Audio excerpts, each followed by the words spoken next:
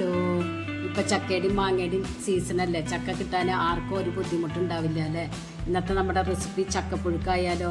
കൂടെ അയില മുളക് ചാറും കൂടി കൂട്ടി കഴിക്കാൻ ആഹാ അടിപൊളി ടേസ്റ്റ് അല്ലേ.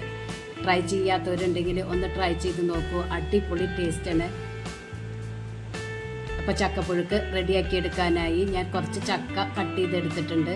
അത് വേവിച്ചെടുക്കാൻ കുക്കറിലേക്ക് ചക്ക ഇട്ട് കൊടുക്കുക.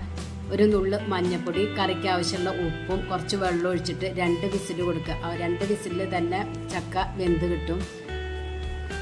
ചക്ക വെന്ത് വരുമ്പോഴത്തേനും അതിലേക്കുള്ള അരപ്പ് റെഡിയാക്കി എടുക്കുക.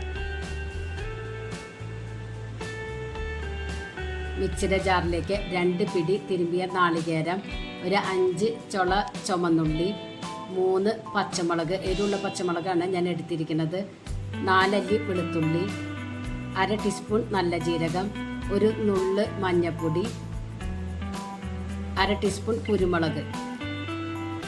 എന്നിട്ടൊന്ന് ക്രഷ് ചെയ്തെടുത്തിട്ട് വരാം. ഇപ്പം നമ്മുടെ ചക്ക കുക്കറിൽ വെന്തു, അത് ഞാൻ ഉരുളിയിലേക്ക് മാറ്റി കൊടുത്തിട്ടുണ്ട്. ഇനി ഇതിലേക്ക് മിക്സിയുടെ ജാറിൽ ക്രഷ് ചെയ്ത് വെച്ച നാളികേരം ഇട്ട് കൊടുക്കുക. എന്നിട്ട് നല്ലതുപോലെ മിക്സ് ചെയ്തെടുക്കുക.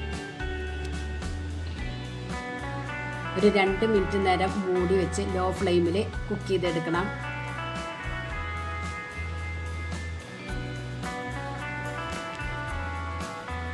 നമ്മുടെ ചക്കപ്പുഴുക്ക് ഇവിടെ റെഡി ആയിട്ടുണ്ട്. ഇനി ഇതിലേക്ക് വറവിട്ട് കൊടുക്കാനായി ചൂടായ പാനിലേക്ക് 1 ടീസ്പൂൺ വെളിച്ചെണ്ണ ഒഴിച്ചു കൊടുത്ത് കടുകും കറിവേപ്പിലയും വറ്റൽമുളകും ഇട്ട് പൊട്ടിച്ചതിന് ശേഷം ഇതിലേക്ക് ഒഴിച്ചു കൊടുക്കുക.